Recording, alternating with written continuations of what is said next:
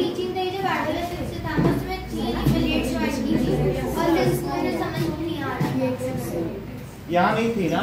Yes नहीं। कौन सा क्वेश्चन था?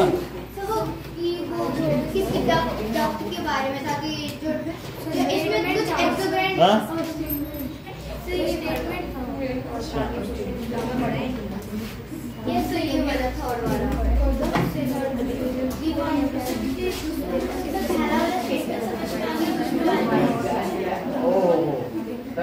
ductless glands और जिसमें glands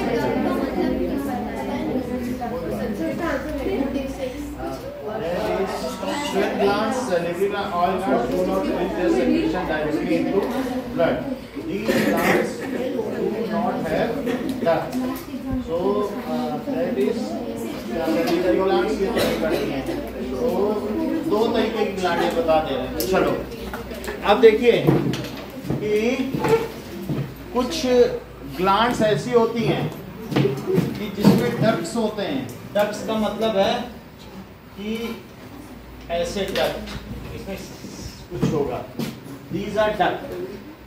तो इसमें कुछ हार्मोन्स भरे हुए हैं और ये इसमें से ये निकाल सकती हैं सेक्रीशन, ठीक है कि नहीं।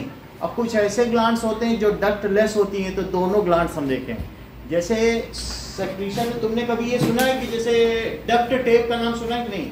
जैसे तुम्हारे बड़ी टंकी में, पानी की प्लास्टिक की टंकी में छेद हो जाता है तो पापा तुमसे कहते हैं बेटा आयुषी जाके डक्ट टेप ले आओ, तो तुम कहती हो हाँ पापा अभी लाती हूँ।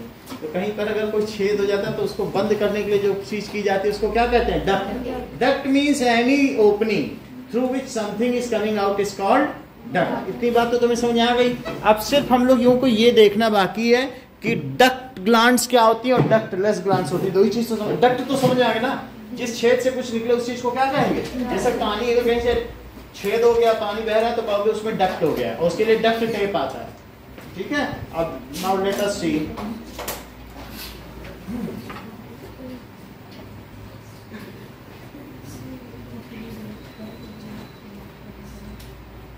duct glands and ductless glands.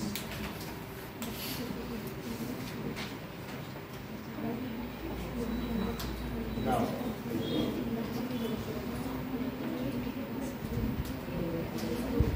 image of duct gland.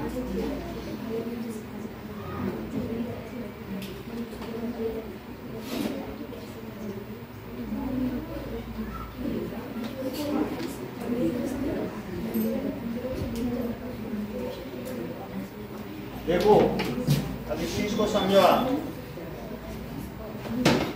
हमारे बॉडी में 2 तरीके की ग्लैंड्स हैं, एक एंडोक्राइन ग्लैंड है, एक्सोक्राइन ग्लैंड है।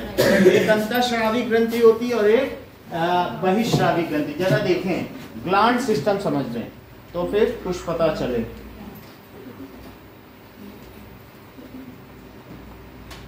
ना देखो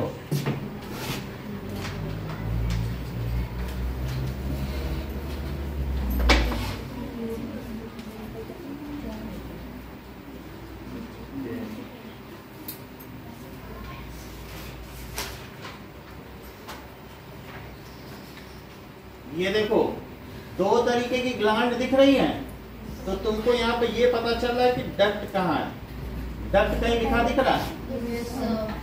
ये फिर दिखा है डक्ट। यहाँ देखो, ये तो और बड़ा ये वाली डक्ट ग्लैंड है। अब थोड़ा कोई बात नहीं, ऐसे देखो, ये दिखा। तो ये एक्सोक्राइन ग्लैंड है और ये उसकी क्या कहलाती है? डक्ट। इसके अंदर जैसे हमने वो नहीं दिखा कि कुछ भरा हुआ है, तो ऐसे इसके अंदर ये जो चीज निकलेगी, जैसे तुम्हारा माउथ में से सलाइवा निकल रहा है तो तुम्हारी जीभ में क्या बहुत सारे डक्ट है जिसमें सलाइवा भरा हुआ है। तो ऐसे में जब कोई चीज सेक्रीट होती है, या फिर हमारी बॉडी में स्टमक के पीछे एक पैंक्रियास है। ये स्टमक के पीछे क्या है? ये पैंक्रियास। तो इससे इंसुलिन निकलता है। ये स्टमक है और इसके पीछे ये क्या है? ये पैंक्रियास है ना। तो इससे इंसुलिन निकलता है जो ग्लूकोज को तोड़ता है। अब ग्लूकोज अगर टूट जाए तो क्या हमें उससे एनर्जी मिलती है, हम उससे काम करते हैं। तो ये इस तरीके की ग्लैंड है। सलाइवा जो निकलेगी वो बोलो ब्लड में मिलेगी या फिर हमारे खाने को उसको क्या करती है, डाइजेस्ट करती है सलाइवा, वो भी ग्लूकोज को तोड़ती। बात समझ आई?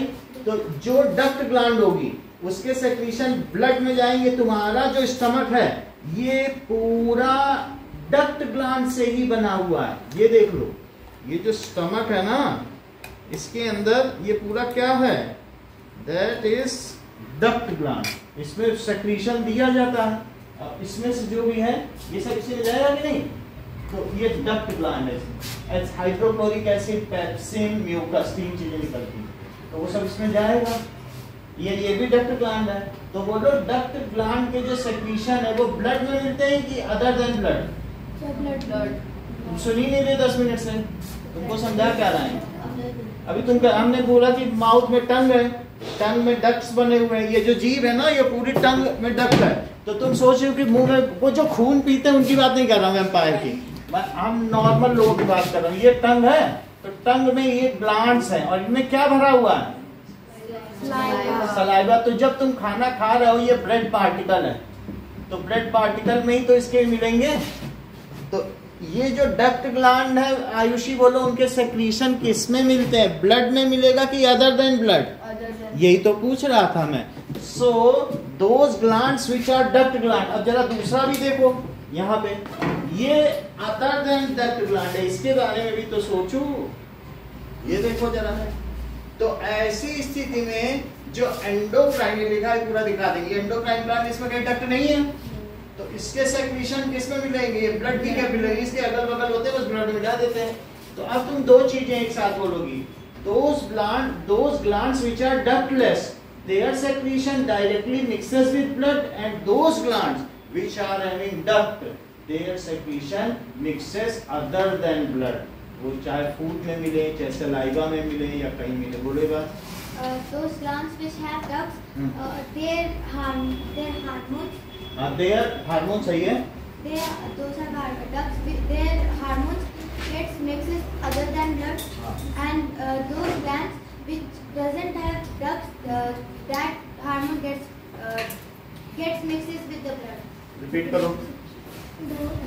Those glands which are ductless, ये डक्टलेस है। their secretion directly mixes with blood, and those glands which have ducts, and their hormones mixes other than blood. Their hormones mixes other than। एक और इनसे बुलवा लें तो बात पूरी हो जाए। बोलो जरा। The glands which are ductless, their secretion will। वो है डक्टलेस बनी है, देख लो, उसमें कोई शेड नहीं है। और बड़ा करके दिखाएं क्या, पलट के? पता नहीं चल रहा।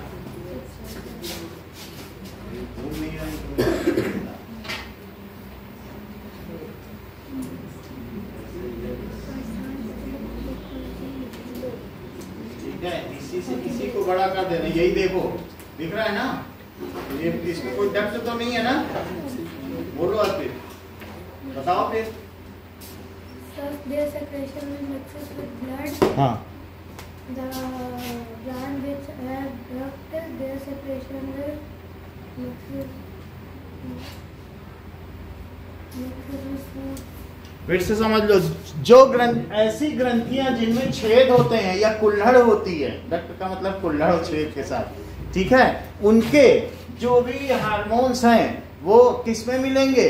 वो अदर देन ब्लड, रक्त के अलावा दूसरे सभी विलयनों में मिलते हैं। और जैसे ये सब हो गई, ये सब हो गई। और जिनमें ऐसी ग्रंथियां जिनमें छेद नहीं होते या कुल्हड़ नहीं होते, तो उनके जो भी हार्मोन्स हैं वो रक्त में सीधा मिश्रित हो जाते। इतनी बात समझ में आ गई? अब चलो आगे की बात करें। So introduction to graphs.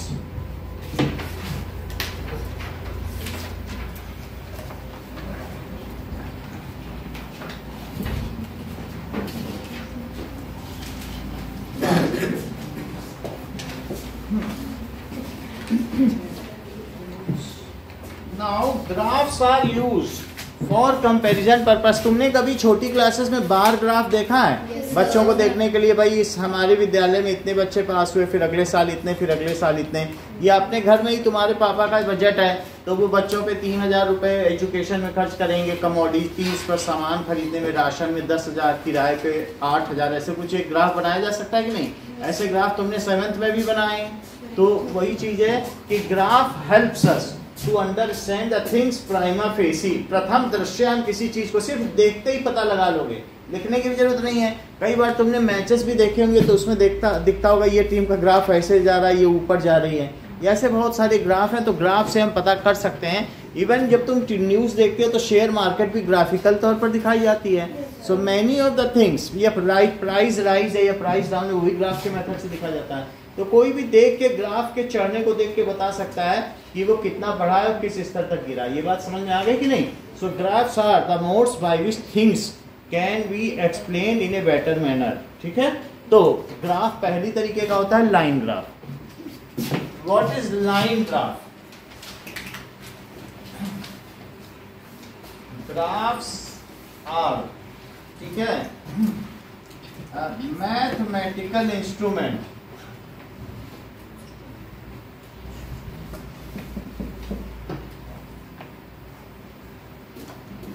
to represent some data। ये किसी डेटा को रिप्रेजेंट करते हैं। So it is a method of skill of representation. Now we will see a line graph. Line graph कैसे शो करेंगे? मान लीजिए कि यहाँ पर ये दिखाया गया कि 6 बजे कितना टेम्परेचर था। जरा देखो इस तरीके से, इधर लिखेंगे टेम्परेचर और इस साइड पे लिखेंगे टाइम। तो अलग अलग टाइम, सुबह के 6 बजे 1 सेंटीमीटर पे छोड़ देंगे 6 AM। फिर उसके बाद मान लीजिए 4 घंटे बाद 10 AM, फिर 4 घंटे बाद 2 PM और फिर 4 घंटे बाद तो 6 PM। तो अब हम देखेंगे टेम्परेचर कैसे कैसे बढ़ता है। अगर मान लीजिए 0 से नहीं शुरू कर रहे हो तो यहाँ पर भी ये 6 है, तो 6 से तुम शुरू कर रहे हो तो कोई यहाँ इसके पहले भी कुछ होगा, तुम किंग बना दो। नहीं तो यहाँ पर 2 होना चाहिए, तो ये किंग उसमें नहीं बना बुक में, लेकिन आप बना देना। और यहाँ पर भी किंग होना चाहिए। क्यों? क्योंकि यहाँ पर भी 30 डिग्री से शुरू हो रहा है, 0 से तो नहीं हो रहा है। तो 1 सेंटीमीटर, इसका मतलब है कि हम शुरू का नहीं दिखा रहे हैं। अगर आप 0 से ले रहे हो तब किंग नहीं रहेगा। इसको क्या कहते हैं? किंग। किंग वो गैप होता है जो हमारे कंसर्न की चीज रहे। तो किंग कब बनाते हैं? अगर यहाँ 12 o'clock से शुरू करते तब किंग ना बनाते, 12 दिखाते, फिर 2 दिखाते, 12 के बाद 4 AM, 4 घंटे के दिखाते, तब नहीं करते। 12 बजे से ही तो नया दिन शुरू होता है, लेकिन हम ऐसा नहीं कर रहे। अब यहाँ 30 डिग्री दिखाया गया है, 30 डिग्री, फिर 32, फिर 34, देन 36 और 38 और भी दिखाया जा सकता है। 38, 40 भी है, 40 तक भी गया है।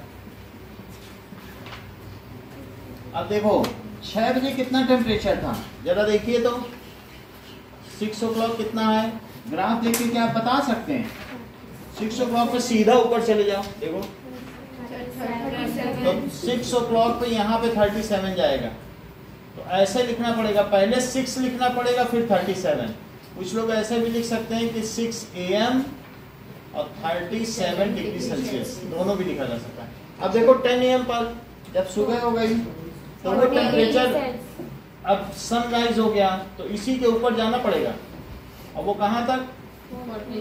तो दैट इज 10 AM। पहले एक्स एक्सिस लिखी जाती है और फिर उसके बाद कौन सी एक्सिस? पहले ये एक्स एक्सिस होती है ना। तो 10, 40 और इसी तरीके से 2 PM पर शौर्य बताओ कितना था, जरा देख के बताओ। 38। Very good. तो 2 PM पे 38 बनाओ, 2 के सीधा ऊपर चलते चले जाओ और 38 के इधर चलते चले जाओ। सो दैट इज 2 PM और 38 डिग्री सेल्सियस। फिर 6 PM पर क्या है? 6 PM पर जब सन सेट हो गया तो थोड़ा सा ठंडक हो गई, 35, तो ये 35 है। इसका मतलब है कि 6 PM को सूर्योदय से सूर्यास्त के समय ज्यादा ठंडक थी, तो दैट इज 6 PM पर 35 डिग्री सेल्सियस। तो किस तरीके से टेम्परेचर वेरिएशन हुआ, इसी में मैक्सिमम से मिनिमम तक, ये मिनिमम है ये मैक्सिमम है, सारे पॉइंट्स कंसेक्यूटिव पॉइंट को मिलाओ और इस ग्राफ को क्या कहेंगे, लाइन ग्राफ। यहाँ पर टेम्परेचर दिखाया जाएगा, ऐसे एरो दिखाया जाएगा, इसी तरीके से यहाँ पर भी टाइम और टाइम के साथ एरो ऐसा दिखा देंगे। यहाँ पर देखो दो स्केल होंगे, स्केल में ये एक्स एक्सिस है, तो लिखो एक्स एक्सिस पर क्या होगा, 1 सेंटीमीटर इक्वल टू 4 आवर्स। क्या हो जाएगा, 4। देख लो 4 आवर्स है कि नहीं, तो 4 आवर्स। और इसी तरीके से वाई एक्सिस में बताओ, 1 centimetre is equal to 2 degree Celsius. तो जहां टेम्परेचर लिखो वहां डिग्री सेल्सियस भी लिखो। बोलो बात समझ में आ गई। तो इस तरीके से हम इस ग्राफ को बना सकते हैं कि we have to show everything in graph. लीजिए ऊपर बनाइएगा तो 2 ग्राफ बन जाएंगे, इसी में ऊपर बनाओ जैसा दिखाया गया है।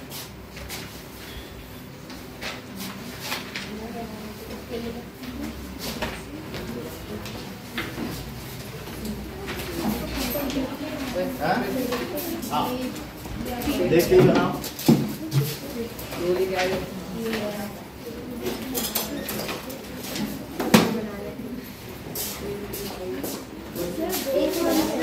अभी और एक बनाएंगे, पहले एक करो, ये लो, यही वाला बनाओ।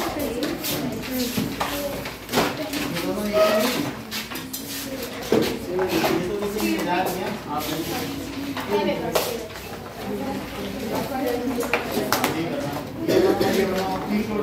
दोनों तरफ बनाओ।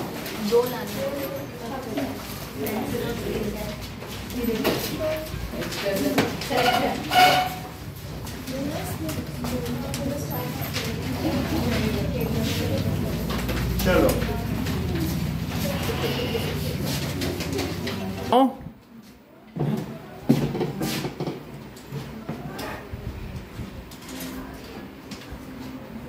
इन example 2 it has been said, आपको कुछ चीजें दिखाई गई हैं, टाइम और डिस्टेंस फ्रॉम P। इसका क्या मतलब है, the distance of A car from A city P at different times.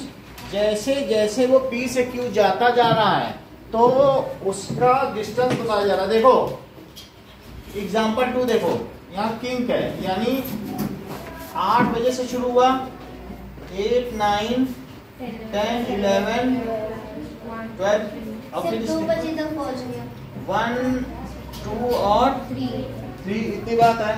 तो इसमें ये दिखाया गया है this is AM and PM। सुबह से शुरू किया AM और 12 नून हो गया, फिर PM। अब जरा देखो, तो उसने शुरू किया 8 बजे से, तो वो सिटी पे ही था। P सिटी से वो Q जा रहा है, P सिटी से कहाँ जा रहा है, Q। तो वो अब यहीं से तो शुरू करेगा, तो जब शुरू करा उसने 8 बजे तो यही होगा ना, और धीरे धीरे दूर गया। तो अब मुझे बताओ 8 से 9 बजे तक उसने कितने किलोमीटर चली है, 50 किलोमीटर चली है। 9 से 10 कितना चली है, मतलब 9 से 10 उसमें एनर्जी आ गई पता नहीं कहाँ से, कि वो बहुत तेज गाड़ी चला गया। तो ये देखो 9 से 10 तक आते आते उसने 100 किलोमीटर 1 घंटे में 100 की स्पीड, या नेशनल हाईवे आ गया होगा। फिर 100, फिर 10 से उसमें हल्की नींद आने लग गई, और 10 से 11 तक फिर 50 ही चला। ये देखो फिर 50 चल लिया। अब इसके बाद देखो 11 से 12 उसको फिर पूरी नींद आ गई, वो कार में ही सो गया, वो बढ़ा ही नहीं, कार वहीं की वहीं खड़ी रही। कितने पे खड़ी रही, क्या 200 पर, वो बढ़ा ही नहीं, देखो डिस्टेंस से दूर ही नहीं हुआ।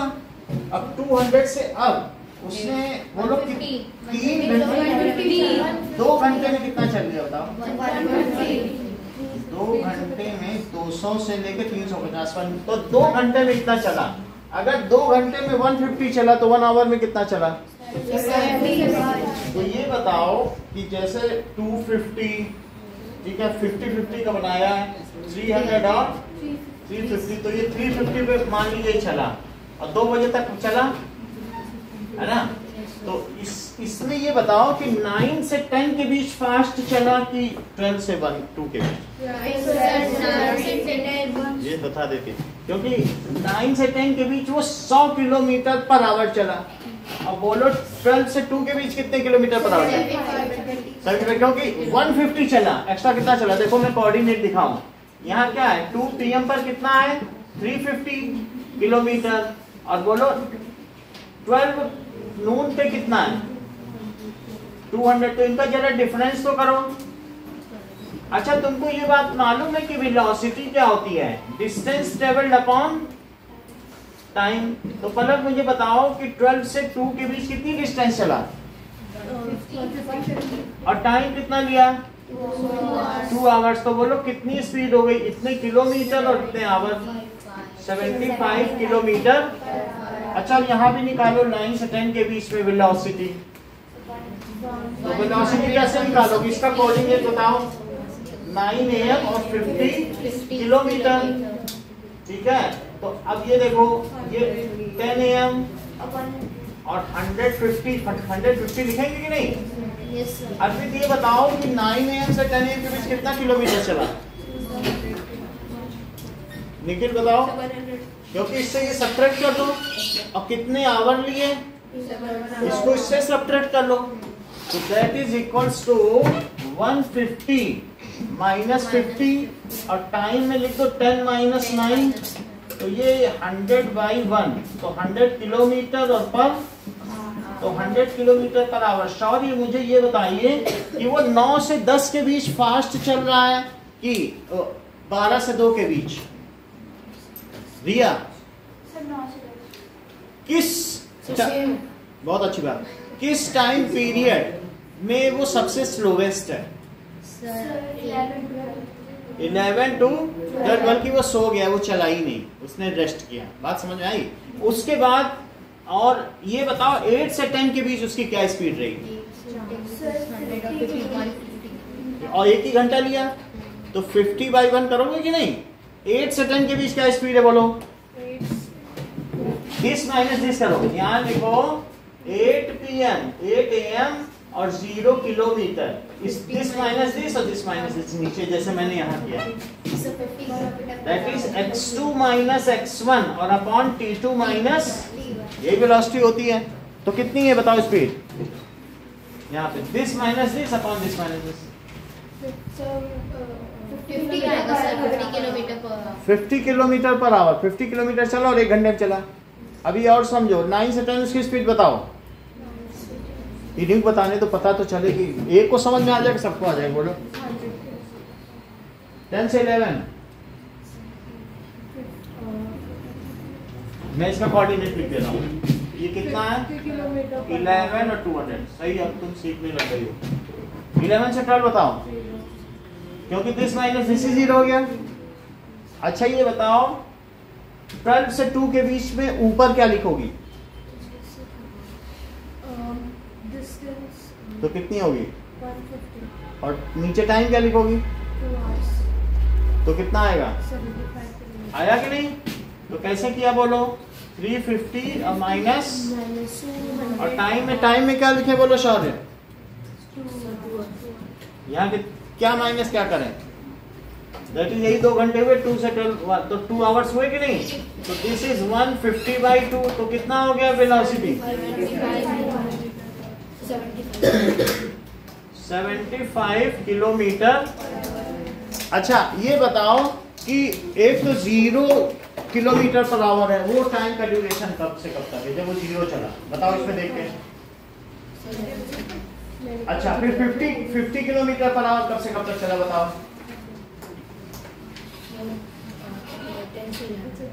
10 से, बहुत अच्छा। और देवव्रत तुम बताओ, ये कह रहे हैं कि 10 से 11 50 चला, क्या और भी कोई ड्यूरेशन है जब वो 50 किलोमीटर पर आवर चला? देख के बताओ। बहुत अच्छा। अब ये बताओ 75 किलोमीटर कब से कब तक चला पर आवर?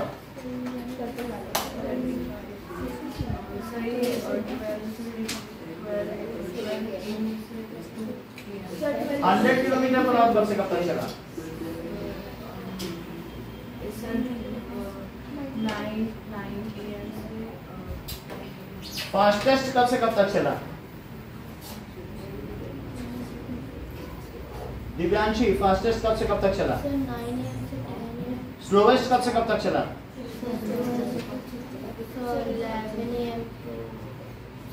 11 AM और 12 AM. बहुत अच्छा। 75 किलोमीटर पर आवर कब से कब तक चला? Sir, 12 AM to 2 PM. 100 kilometre per hour, Sir, 9 AM to 10 AM. 50 kilometre per hour, और